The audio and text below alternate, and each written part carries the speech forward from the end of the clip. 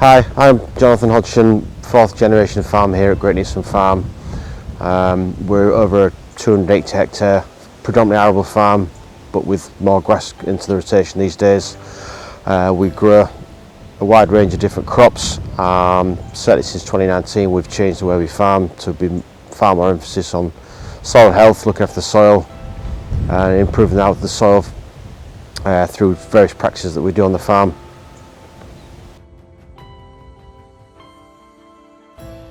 Since 2019 we've increased our rotation and made it more diverse. Previous to that we'd probably be growing 4 different crops. We're now up to 6 or 7, trying to add diversity in the rotation, which brings its own challenges in terms of what to grow and make sure those crops you grow do produce a profitable margin. But 5 years ago we introduced a herbal layer into the rotation. 12 months ago this field here got planted as a herbal layer, so we're now up to 11 hectares of herbal layer. Adding grass in the rotation is extremely important for us because we know it just is so much better for soil health. So it was a no-brainer. Having a herbal layer has got the diversity of the mixes in there, so it was really important. So but also the challenge with that is obviously we need to make sure we can make this pay as well. So we've got introducing cattle back on the farm and a few sheep, so we could integrate livestock as well onto these fields as well.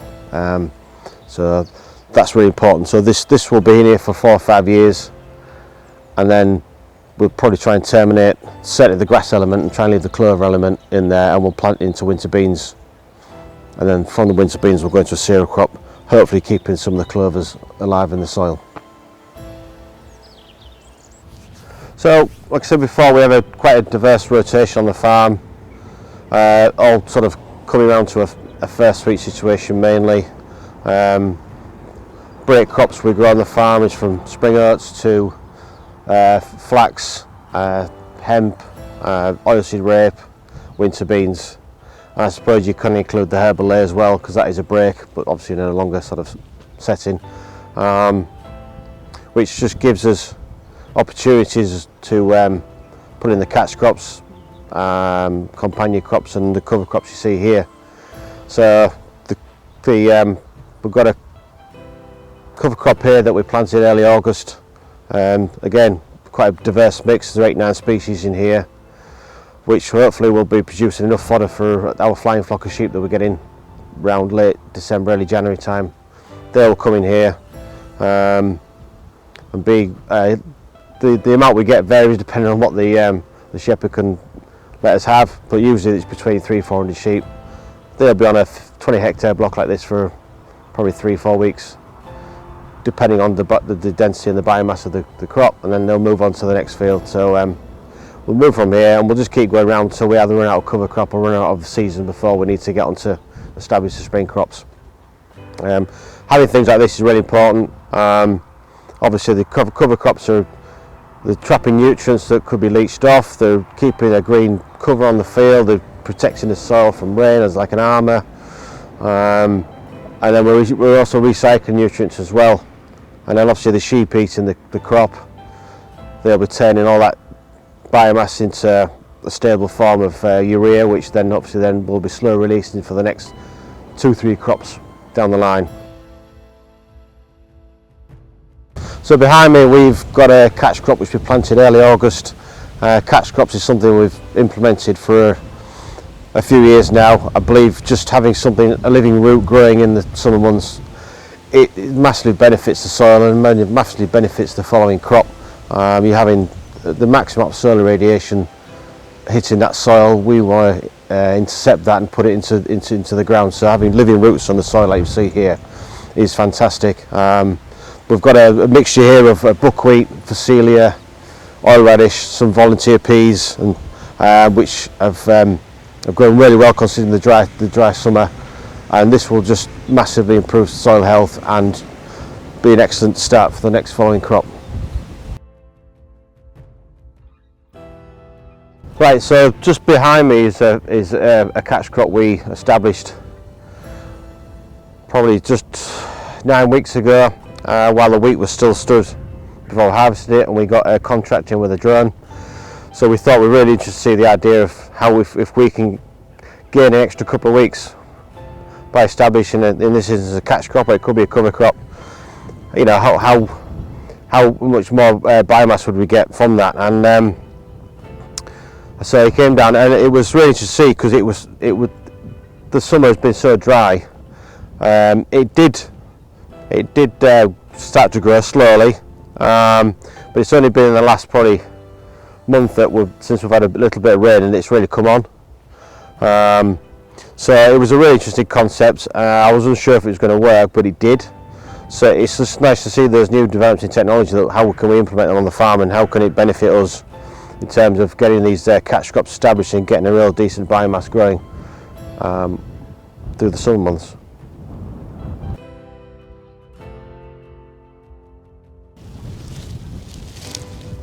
So looking at this, I mean, this looks we've got some nice natural aggregation in this soil, which is, you know, it's really good to see, because when we started it was very blocky 6-7 years ago, but over the time using living roots in the soil, the organic matter we get on from the pigs, and some muck for straw deers, we're getting more muck on the farm, and chopped straw, and the use of gypsum on our land is really important.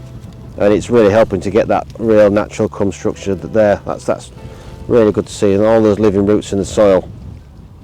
And we're pumping carbon into the soil, just what you need.